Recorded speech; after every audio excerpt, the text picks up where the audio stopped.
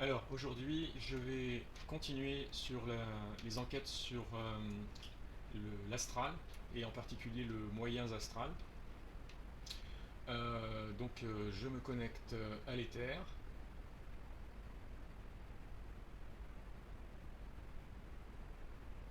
et donc là, je me retrouve sous un dôme tout blanc. C'est donc à peu près la même forme que la bibliothèque euh, qui a été explorée dans la dernière enquête. C'est plus petit quand même, c'est plus petit et à l'intérieur, l'intérieur c'est au moins aussi lumineux que dans la bibliothèque. Euh, il y a les tons c'est pareil, c'est plutôt bleu clair, de la lumière bleu clair, très pâle, qui vient aussi bien du sol que du plafond. On n'a pas le sentiment non plus qu'il y a vraiment des murs. C'est comme un environnement, ça fait un peu comme un cocon. Et, euh, et devant moi, j'ai quelques lumières, en fait, des lumières qui sont là, euh, qui sont des âmes très lumineuses. Et, euh, Ce qu'on me dit, c'est que c'est à cet endroit-là qu'on se retrouve très fréquemment après avoir euh, quitté son corps physique euh, pour faire le bilan de, de la vie qui vient de se terminer. Euh, c'est un peu comme, on peut appeler ça le conseil des sages, parce que ce sont des êtres très avancés. Euh, on me dit non, il n'y a pas de maître ascensionné dans ce conseil, mais dans certains conseils, il y en a. Euh, euh, il peut y avoir, il y a pas d'archange, mais des fois il y a une consultation d'archange quand le conseil en a besoin. Euh, mais en tout cas, ce sont pour la plupart des âmes qui ont eu un parcours euh, soit d'être humain, soit d'être humanoïde, soit d'être non humanoïde, mais quel que soit leur parcours d'âme, c'est un parcours d'âme très riche, ce sont des vieilles âmes, et donc ils ont beaucoup d'expérience, d'incarnation, donc ils sont aptes à donner des conseils, ce sont des guides pour l'essentiel. Ils ont tous eu un parcours de guide. Ça, c'est le minimum pour faire partie de ce conseil. Il faut avoir eu un parcours de guide, c'est-à-dire avoir été guide pour une ou plusieurs âmes. Donc, dans ce conseil, il y en a qui sont bien entendu plus avancés dans ce cheminement que d'autres. L'âme qui siège au centre de ce conseil, c'est en général l'âme qui a le plus d'expérience. Ensuite, en général, la composition de ce conseil, elle est faite en fonction de l'âme qui va demander, avoir besoin du conseil, donc qui va entrer dans cet endroit. C'est-à-dire que les conseils ne sont pas toujours figés avec les mêmes âmes à l'intérieur. En fait, c'est composé à la carte, entre guillemets, en fonction des besoins de l'âme qui vient consulter. Et donc, souvent, on me dit que dans les membres du conseil, il y a justement des guides de l'âme en question. C'est-à-dire que l'âme qui a besoin d'être conseillée, souvent, au moment où elle entre dans ce lieu, comme par loi d'attraction, ses propres vibrations attirent le ou les guides qui l'ont accompagné sur son chemin d'âme. Donc souvent il y a au moins un ou deux guides qui sont présents de cette âme-là dans le conseil. En général, la taille du conseil, c'est jamais C'est rarement au-delà d'une dizaine d'âmes. Ça varie souvent, on me dit, entre 4 ou 5 âmes et 7 ou 8. C'est autour de cet ordre-là. Euh, c'est aussi parce que, en fait, c'est fait, enfin, le nombre d'âmes qui font partie du conseil, on me dit qu'il est rendu pas trop élevé, pour la raison suivante, c'est que en général, ça impressionne beaucoup l'âme qui vient entrer dans le conseil. Déjà elle se sent euh, comme toute petite devant ces âmes expérimentées.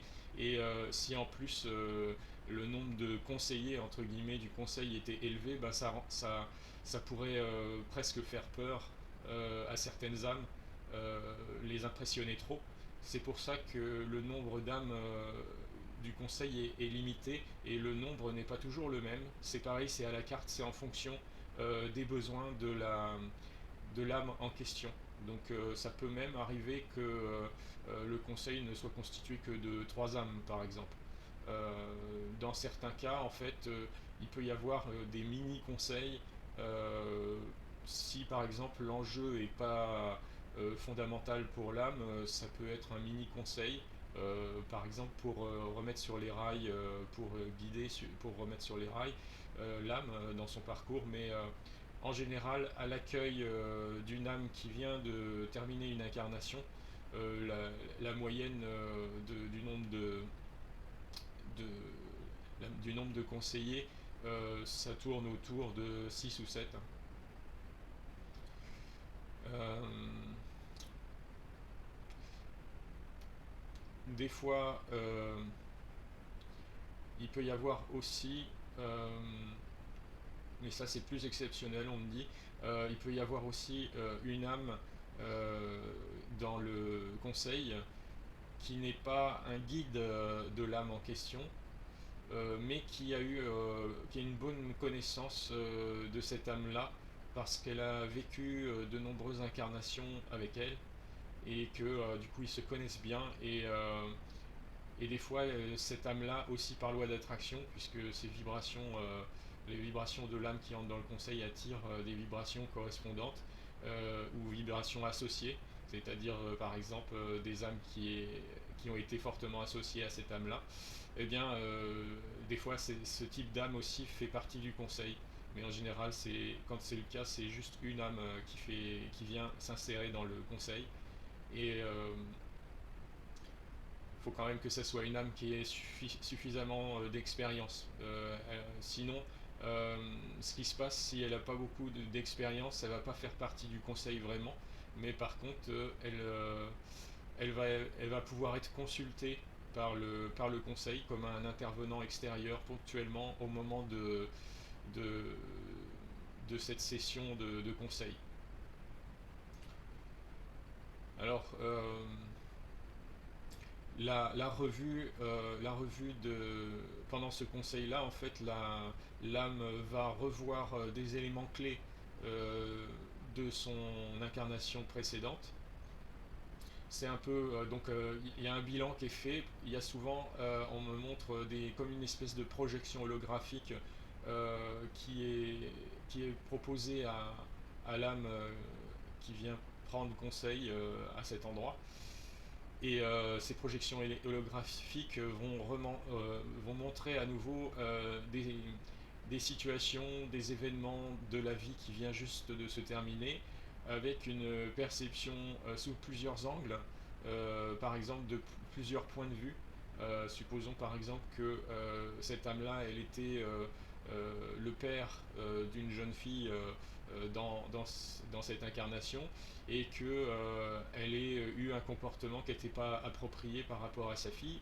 Eh bien, elle va dans cet hologramme, elle va pouvoir ressentir à la fois la conscience en tant que père, mais aussi la conscience en tant que fille, qui comment la fille perçoit le comportement de son père. Donc c'est comme si la conscience était distribuée entre plusieurs points de vue, et ça se fait de façon simultanée. C'est comme une vision globale de tout ce qui se passe en termes de perceptif dans la situation en question. Et ça peut devenir très compliqué s'il y a beaucoup d'intervenants dans la scène en question. Et en tout cas, l'âme a la possibilité d'avoir une perception globale de l'événement, de la situation, pour la comprendre plus en profondeur et lui permettre, par exemple, de voir si son comportement était juste ou mal adapté et d'en tirer une leçon. Tout l'intérêt de cette séance entre guillemets de conseil, c'est de faire le bilan de, de sa vie qui vient de se terminer avec le plus de conscience possible. Donc ce conseil lui permet d'avoir une perception consciente de certains événements clés de cette vie qui vient de se terminer de façon vraiment globale, en tout cas beaucoup plus globale que lorsqu'elle a été vécue euh, dans l'incarnation euh, effectivement. Et, euh, et donc c'est pas forcément un moment très agréable pour l'âme parce que en fait elle peut se sentir un peu jugée à ce moment-là, hein, puisque les c'est juste un sentiment qu'elle peut avoir parce que les conseillers qui sont là, ils sont extrêmement bienveillants et ils sont pas du tout dans le jugement, ils sont là vraiment pour aider l'âme à y voir plus clair sur son passé, sur toute cette vie qui vient de se terminer, et pour l'éclairer en fait, pour la guider en fait. C'est vraiment un objectif de guidance. Et donc il n'y a pas de comportement de jugement, mais sauf que l'âme, des fois, quand elle se retrouve, en fait, elle est à nu hein, devant des âmes qui peuvent lire comment elle s'est comportée dans toutes les facettes et dans toute la complexité de chaque événement et de la perception de chaque intervenant. Donc elle peut se sentir jugée parce qu'elle est vraiment mise à nu. Là, il n'y a pas possibilité de mentir, il n'y a pas possibilité de mettre un masque ou de se mentir à soi-même. Tout est mis en lumière. Donc c'est pas forcément un moment très agréable pour l'âme, mais c'est extrêmement, c'est fait pour lui permettre d'avancer, hein, et donc c'est extrêmement puissant d'un point de vue apprentissage de l'âme et pour lui permettre d'avancer sur son chemin de vie, de son chemin spirituel. Donc en général, il y a des événements comme ça qui sont projetés de façon holographique pendant cette session, qui sont sélectionnés a priori pour tout leur intérêt en termes d'apprentissage pour l'âme. Donc donc c'est pas une revue exhaustive de la vie qui s'est passée, qui vient de passer, c'est seulement les éléments que le conseil juge les plus importants pour l'avancée de l'âme en question. Donc il y a eu, avant que le conseil ait lieu, comme une espèce de présélection, mais ça se fait presque automatiquement, c'est comme un... Comment dire c'est pareil, il y a encore une espèce de loi d'attraction, mais c'est une loi d'attraction dans le sens que certaines situations vibrent bas, par exemple, et donc les situations qui vibrent bas, ça veut dire qu'il y a des situations où il y a des problèmes, où il y a des choses à améliorer, et ça peut être parce que, par exemple, il y a de la colère, ou de l'humiliation, ou de la haine, et ces situations-là, elles vibrent bas, et le conseil va les détecter parce que vibratoirement ça vibre bas, et ils vont être attirés parce que par leur intention de sélectionner ce qui vibre le plus bas, ils vont porter cette intention et ils vont être attirés, leur conscience va être attirée vers ces événements-là pour les sélectionner et justement montrer justement ces événements-là à l'âme pour essayer finalement de permettre à l'âme d'en tirer le maximum d'expérience et de voir qu'est-ce qu'elle aurait pu faire de mieux pour que ça vibre pas aussi bas. Donc c'est comme ils ont vraiment beaucoup ils ont des vibrations très élevées hein, quand même les membres du conseil, même si les scènes qui sont montrées à l'âme vibrent bas et c'est pas très agréable pour l'âme, le fait qu'elles soient elle soit entourée de hautes vibrations liées aux vibrations des membres du conseil, elle se sent pas plongée dans des basses vibrations comme si elle expérimentait à nouveau les situations en question par elle-même sans être guidée et sans être soutenue. Au contraire, elle se sent vraiment comme épaulée et c'est vraiment, il y a vraiment une attitude bienveillante du conseil pour permettre à l'âme euh, de comprendre qu'est-ce qu'elle peut faire de mieux sur son chemin spirituel, comment elle peut avancer, à quel endroit elle a des progrès à faire, par exemple au niveau comportemental. Supposons que là encore c'est l'exemple du père qui s'est mal conduit vis-à-vis de sa fille. Eh bien, ça, ça va pas voir l'expérience en question, ça va pas plonger vibratoirement l'âme dans des basses vibrations qui correspondent à la situation, ça va juste lui permettre de comprendre ce qu'elle aurait pu faire de mieux pour éviter que cette situation vibre aussi bas et du coup d'apprendre sur son chemin spirituel. Et du coup, alors ça on me dit c'est souvent une session de conseil qui a lieu peu de temps après que l'âme ait quitté son corps physique. Et on me dit que de temps en temps, il y a des mini-sessions pendant que l'âme elle est toujours dans l'entre-deux-vie. Elle a des mini-sessions, des fois avec deux ou trois conseillers, euh, mais c'est pas le plus courant. Et par contre, ce qui est très fréquent, on me dit, c'est que avant de, si elle décide elle a envie de se réincarner pour avancer sur son chemin spirituel par le biais de l'incarnation, parce qu'elle peut très bien le faire sans s'incarner, mais elle peut choisir de s'incarner à nouveau pour avancer à nouveau sur son chemin spirituel d'une façon avec la voie de l'incarnation. Et donc pour qu'elle fasse les meilleurs choix pour elle-même en termes de situation d'incarnation, de contexte d'incarnation, elle va souvent aller voir le conseil, et c'est elle-même qui décide de le faire, en personne la force. Elle va souvent aller voir le conseil pour justement demander conseil pour faire les meilleurs choix. Et donc souvent les âmes avant de se réincarner, elles vont retourner à cet endroit-là. Et et là, en fait, eh bien, elles vont avoir déjà intégré la première séance, entre guillemets, celle où elles ont parcouru les leçons, elles ont tiré les leçons de la dernière incarnation. Elles auront déjà bien intégré toutes les informations qui lui auront été données. Et elle va pu être dans cette situation un petit peu d'être impressionnée par le conseil parce qu'elle aura eu déjà cette expérience-là avant. Donc elle va y aller avec beaucoup plus de sérénité et d'autant plus qu'elle va y aller beaucoup plus par choix en fait. Alors que la première fois, c'est presque pas un choix, c'est presque automatique.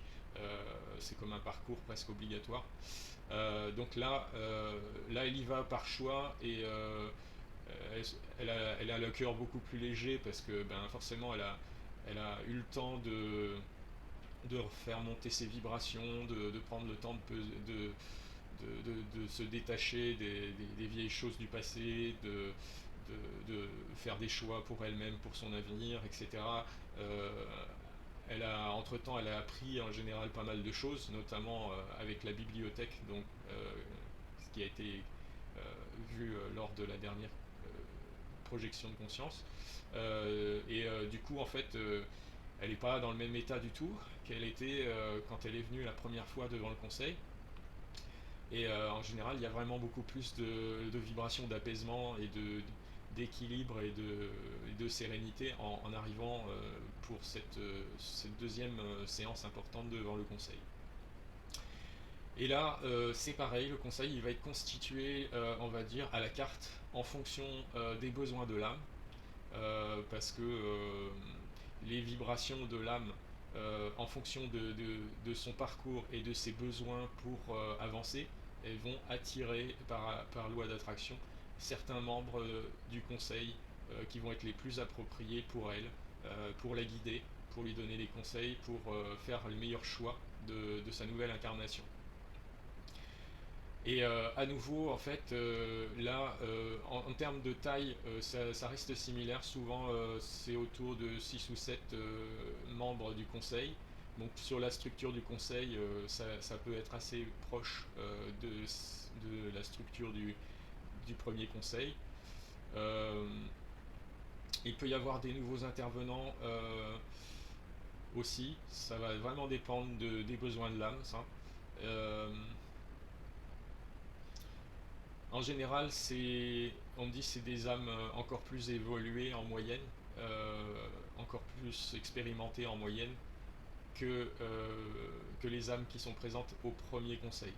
Mais souvent, il y a des membres du premier conseil qui sont encore là au deuxième conseil. Et, euh, et donc là, en fait, c'est un peu comme si le conseil scannait l'âme qui vient prendre le conseil pour, euh, pour voir où est-ce qu'elle en est en fait au niveau informationnel, dans toutes ses structures, dans tous ses corps. C'est comme si elle était scannée et en fonction du résultat du scan, entre guillemets, ça c'est pour expliquer au mental parce que c'est pas vraiment un scan, mais c'est comme une lecture de l'état de l'état où se trouve, où en est l'âme, en fait, dans son parcours. Et en fonction de ce scan, entre guillemets, euh, vont lui être proposées des différentes projections holographiques qui correspondent à différents scénarios, c'est-à-dire différentes possibilités de vie incarnée future. Euh, et ces différents scénarios, bien sûr, ils vont être choisis pour permettre à l'âme d'avancer à nouveau sur son chemin spirituel. Par exemple, si elle a besoin encore d'apprendre par rapport à n'importe quoi, par exemple, elle a besoin de comprendre quelque chose de plus sur le sujet de l'amour, par exemple, eh bien, on va lui montrer un scénario par exemple, qui va lui permettre de travailler sur cet item-là. Et on peut lui en montrer plusieurs scénarios qui correspondent parfois à plusieurs incarnations différentes possibles. Et, euh, et on va jamais lui dire il faut que tu fasses tel scénario, c'est-à-dire que tu choisisses telle incarnation. Parce qu'en fait, c'est vraiment l'âme qui, elle est là pour être conseillée, mais on va pas la forcer à faire un choix particulier. Donc c'est un peu comme si on lui mettait sur un plateau euh, à la carte, en choisissant des expériences, des incarnations qui vont être les plus appropriées pour elle, pour son évolution, et que ensuite elle, elle pioche en fait ce qu'elle a envie. Avec toute la bienveillance et tous les conseils qu'elle va recevoir aussi du conseil, parce qu'elle peut dire aussi au conseil, ah ben si je choisis par exemple tel scénario, donc tel type d'incarnation, euh, qu'est-ce que ça va être, qu'est-ce que ça va faire pour mon parcours spirituel, et demander au conseil quel est l'intérêt pour son parcours, et le conseil va lui expliquer, va lui donner. Le conseil va s'adapter aussi hein, en termes d'échange d'informations en fonction de l'âme qu'elle a devant elle. Si c'est une jeune âme, et ils vont pas lui parler entre guillemets parce que tout se fait par télépathie, ils vont pas lui parler de la même façon que si c'est une âme expérimentée. C'est vraiment au cas par cas, à la carte entre guillemets. Et c'est pareil, les propositions de type d'incarnation qui sont faites par le conseil, c'est vraiment à la carte en fonction des besoins de l'âme. Alors ça peut durer ce type de conseil, la notion de temps de toute façon n'a pas beaucoup de sens dans ce plan-là, mais la quantité de scénarios et d'informations qui peut être proposée à l'âme va être très variable d'une âme à une autre. Pour certaines âmes, ça va être très simple. Il va y avoir très peu de possibilités vraiment utiles pour la personne, pour l'âme en question. Et puis pour d'autres âmes, on va lui présenter plein de scénarios différents. Et elle aura beaucoup plus à choisir parce que parce qu'il y aura plein de situations qui seront tout autant appropriées pour elle en termes d'évolution spirituelle. Et donc elle va procéder, cette âme en général, à un choix. Et des fois, ça arrive que, c'est plus rare, mais ça arrive que suite à ce conseil-là, elle n'arrive pas encore à choisir, elle hésite entre plusieurs situations possibles. Le conseil est, ça- est arrêté temporairement, et puis elle retourne au conseil un peu plus tard, et le conseil lui permet, c'est comme s'il y avait une deuxième session du conseil, pour continuer à, à l'aider à choisir jusqu'à ce qu'elle y arrive, hein. Donc, en général, elle n'arrête pas son interaction avec le conseil tant qu'elle n'a pas pris une décision pour elle, parce que c'est l'objectif de ce conseil. Donc, une fois qu'elle a pris sa décision, eh ben, il y a comme un, alors c'est pas toujours pareil, hein, mais souvent vers le moment où la décision d'incarnation est prise, il y a comme une, pas une gratification, mais comme une espèce de message d'encouragement, où c'est comme des énergies qui sont envoyées par le conseil pour donner de l'énergie, en fait, de la dynamique à cette âme-là, pour la booster un peu pour l'encourager, en fait, vers cette nouvelle expérience. C'est comme un message d'encouragement, mais c'est pas sous la forme d'un message, c'est sous une forme, en tout cas c'est un message, on va dire, plutôt énergétique. C'est comme si l'âme recevait un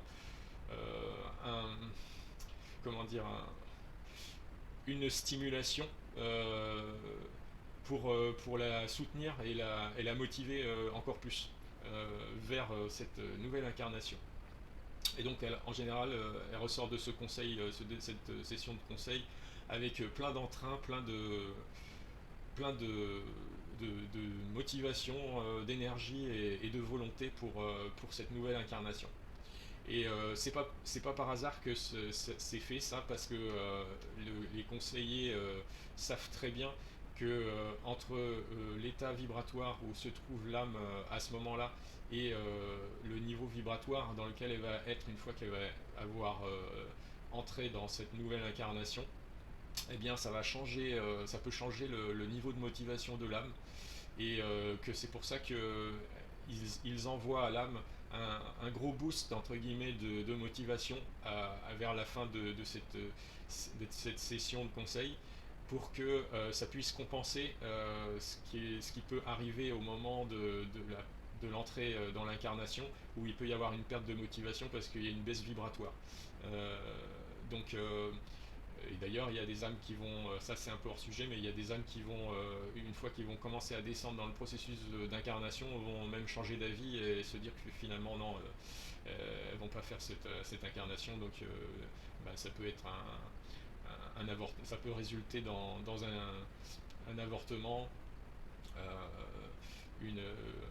des bébés mort-nés, etc., des, des naissances ou des développements qui ne vont pas à terme soit du fœtus, soit du bébé. Donc, en tout cas, en général la dernière interaction que l'âme a avec ce conseil. C'est souvent une interaction qui booste son énergie et pour sa future incarnation.